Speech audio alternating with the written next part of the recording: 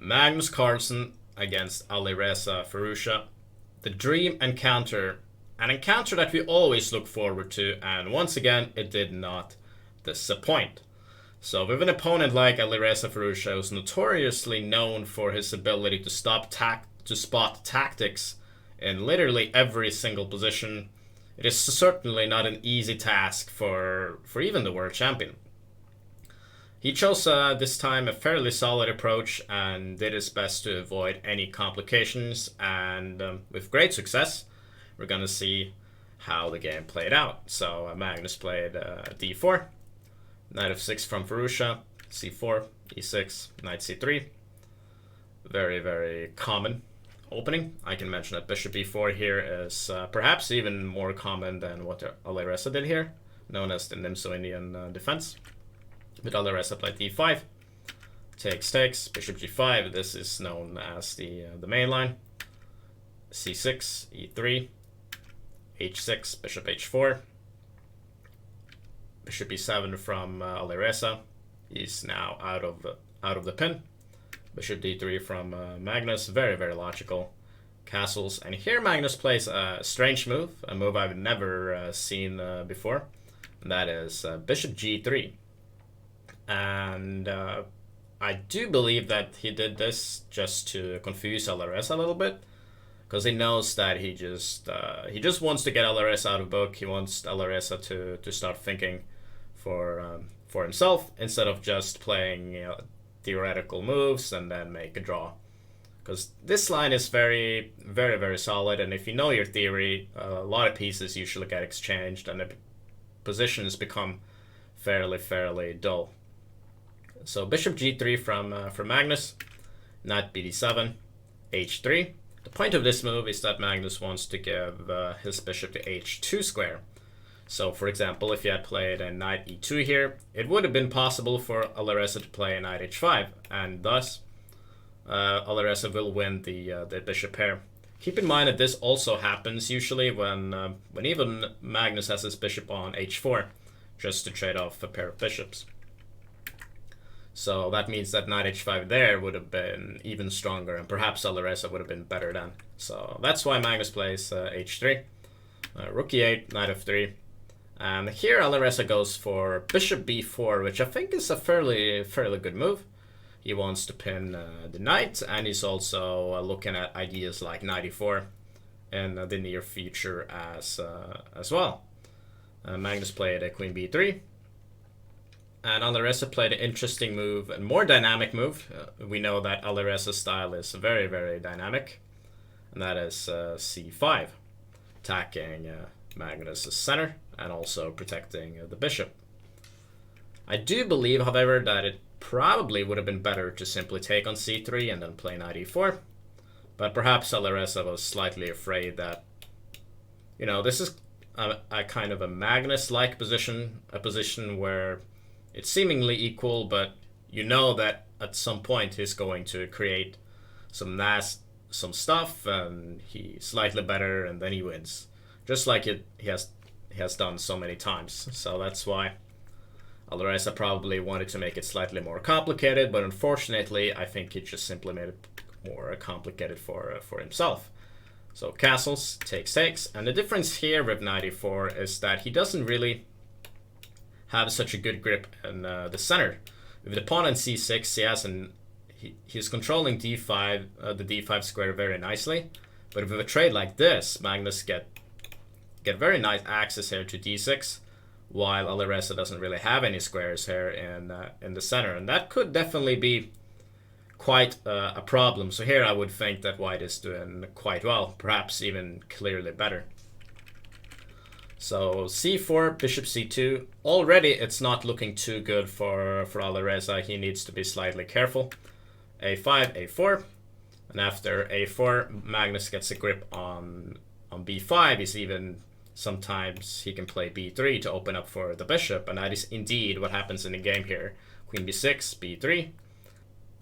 And Alireza takes. We can simply play rook b1. And in the future we'll take back with the queen.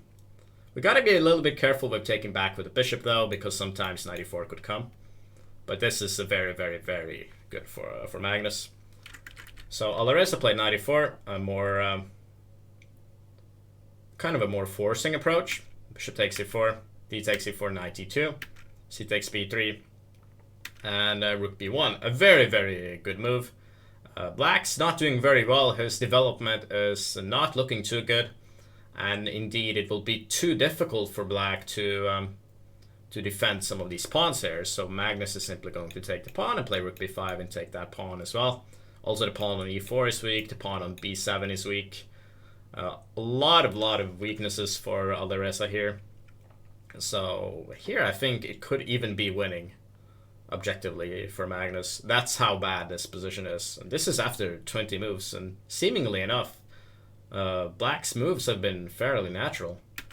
Queen g6, rook takes b3, knight f6, and here rook b5, simply attacking the pawn on a5. Bishop e6, Alireza sacrifices the pawn, but at least has finally gotten some development. Rook takes a5, knight e5 attacking the queen, rook takes a8. Here, it's possible to take the queen. I still have my doubts, though. I still think this is very good for white, but it's not so simple because there are some tricks here, and as we know, Alireza is very tricky. So maybe this would have been a better choice, but he went for rook takes a8, queen b3, b6, king h2. Magnus is stabilizing his position. There's no h5, h4 nonsense, and taking on h3. h5, simply queen b5. The plan here is very straightforward. Magnus wants to play a5 and start trading some more pieces. We do know that when we're up material, we should try to change as many pieces as possible. So that's what Magnus does. He gets his rook to a5, to a better square, and he has also traded off one of the pawns. And the plan now is to put more pressure against e4, with queen b1, as we can see here.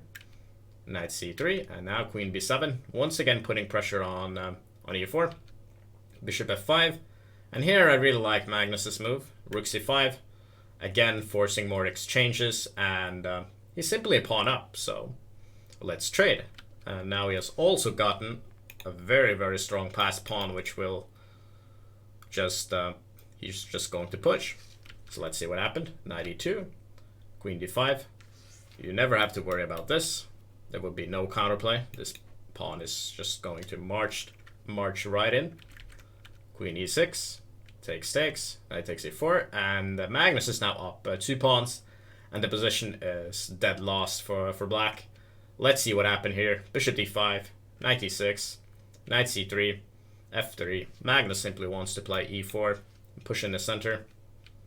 e4, bishop c6, knight f5, knight b5, preventing knight d4, but Magnus plays knight e7, and now it pushes his pawn to c6, awfully close to the magic c8 square.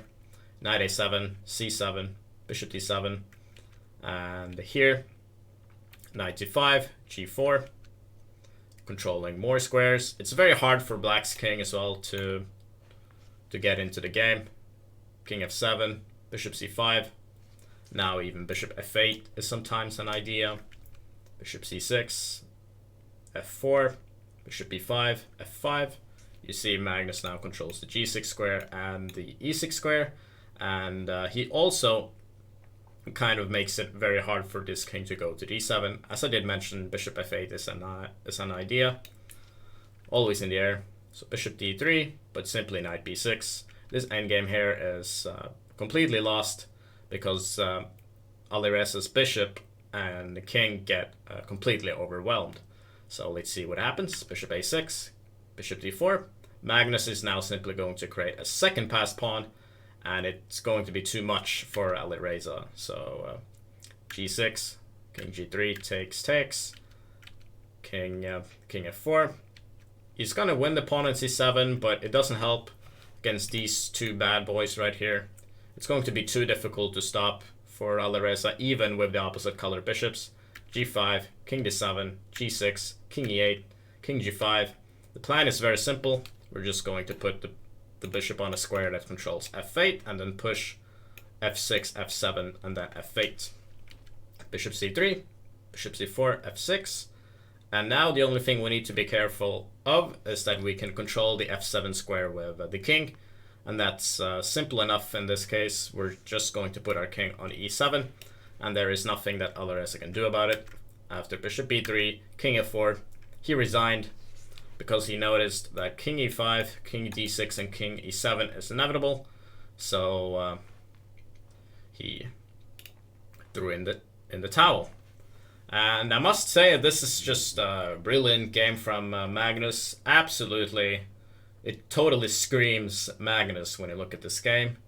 So when you take a look at this game casually, you just think to yourself, where did he go wrong? All of a sudden, he was just losing, and indeed, that's how Magnus does it. But I guess now that we took a look at it, we can answer that question. The plan with bishop e4 and c5, especially with c5, bishop e4 was actually a good move. The plan of c5 was just too ambitious, and it left too many weaknesses in the black's camp that Magnus exploited masterfully. So great game by the world champion, who now has 3.5 out of 5 points after the first day. Also solid result by Firouzja as well, who's at 2.5 out of 5 and at 8th place.